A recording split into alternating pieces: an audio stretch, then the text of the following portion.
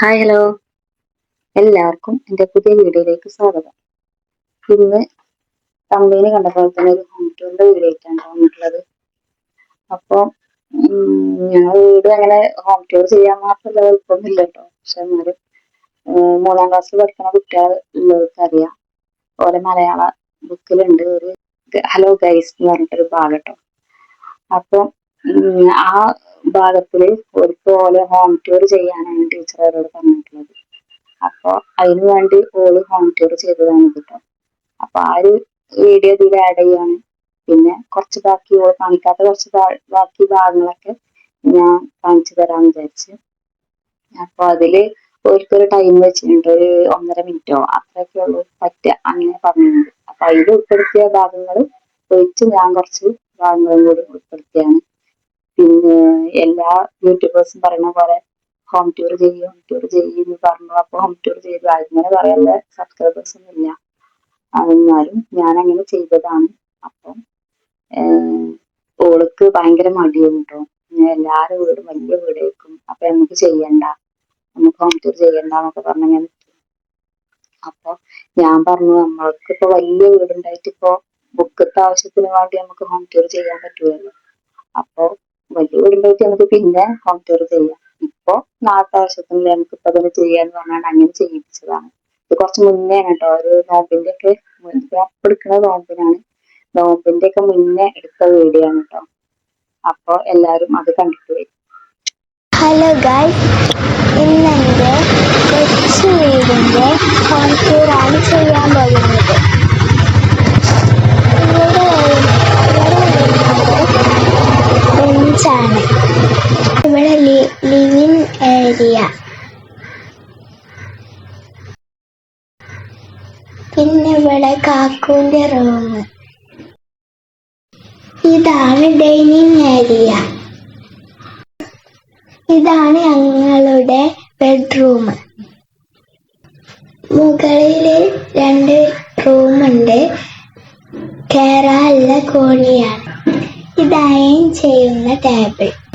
ഇതാണ് ഉമ്മാന്റെ tailoring area.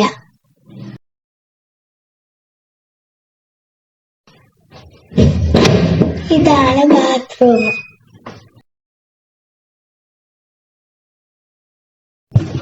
ഇതാണ് അടുക്കള.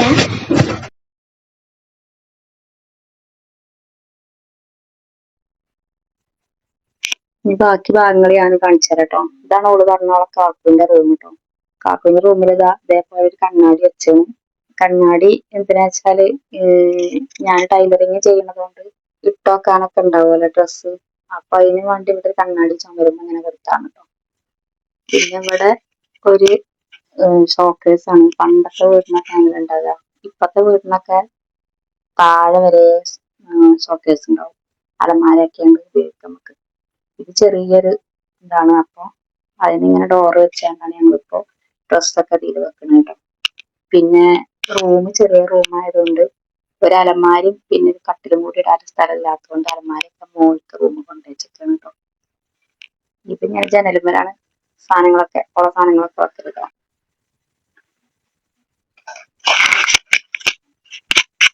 ഇതാണ് ഞങ്ങൾ കിടക്കുന്ന റൂം കേട്ടോ. ഇത് ഓള് വീഡിയോ എടുത്തന്ന് ഇങ്ങനെയല്ല കേട്ടോ, കട്ടിലിട്ടത് ഇങ്ങോട്ട് അട്ടിഞ്ഞത്. അപ്പൊ അത് നനച്ചെടുക്കാൻ എനിക്ക് നോമ്പ് മണി എടുത്തപ്പോ ഞങ്ങൾ ഇങ്ങനെ ഇട്ട് നോക്കിയതാ കേട്ടോ. അപ്പൊ ഇങ്ങനെ രസം, നമുക്ക് ഇങ്ങനെ മാറ്റി മറിച്ചിടുന്നത് ഒരു രസമാണല്ലോ. അപ്പൊ അങ്ങനെ ഒന്ന് ഇട്ട് നോക്കിയതാണ്. ഇതിൽ അതേപോലെ ഒരു സോക്കേസ് ഉണ്ട് കേട്ടോ. അപ്പൊ അതിന് ഡോറൊന്നും വെച്ചിട്ടില്ല. ഇതിലാണ് ഞങ്ങൾ ഞങ്ങൾ 4 ആളെ നിസ്കാരപ്പായി അതേപോലെ ബുക്കുകളൊക്കെ വെച്ചിരുന്നു കേട്ടോ. പിന്നെ ഇതിങ്ങനെ ഒരു അലമാര കേട്ടോ. സാധാ അലമാര ഇടാൻ സ്ഥലമില്ലാത്തതുകൊണ്ട് ഞങ്ങൾ ഇങ്ങനെ പ്ലൈവുഡ് കൊണ്ടൊരു സ്ഥിരം ഉപയോഗിക്കുന്ന ഡ്രസ്സുകൾ മാത്രം ഇടാൻ വേണ്ടി വേണ്ടി, അതായത് യൂണിഫോം വീട്ടിൽ നിന്ന് ഇടാനുള്ള ഡ്രസ്സ് മാത്രം ഇടാൻ വേണ്ടിയിട്ടൊരു സാധനം ഉണ്ടാക്കിയതാണ്. അതേപോലെ പുതപ്പ് അങ്ങനത്തെ ഒക്കെ. ഇതാണ് ഞങ്ങൾ റൂമിന്റെ വലിപ്പം. അതുണ്ടല്ലേ, ഒരു ബെഡ് ഇട്ടാ പിന്നെ വലിപ്പമില്ല. ഞങ്ങൾ നിസ്കരിക്കാനൊക്കെ ഇവിടെ ആയിട്ട് നിൽക്കുക.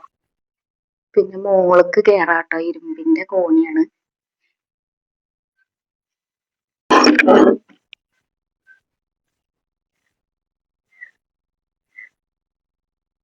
ഇതാണ് മുകളിലത്തെ റൂം കേട്ടോ. ഇത് ഞങ്ങളെ റൂമിന് ആദ്യം റോഡിന്റെ അങ്ങേ സൈഡിലെ വീടാണ്. ഇതാണ് അവിടെ, അത് വേറെ റോഡാണ്. അങ്ങോട്ട് മുന്നിൽ ഇങ്ങോട്ട് റോഡുണ്ട്.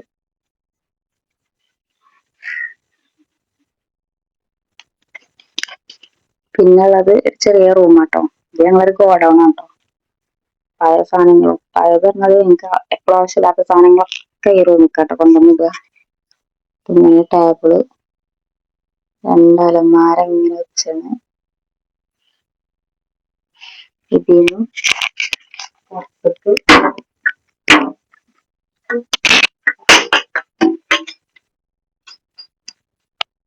നാത്തൂന്റെ വീടാണ് ആ കാണുന്നത് കേട്ടോ.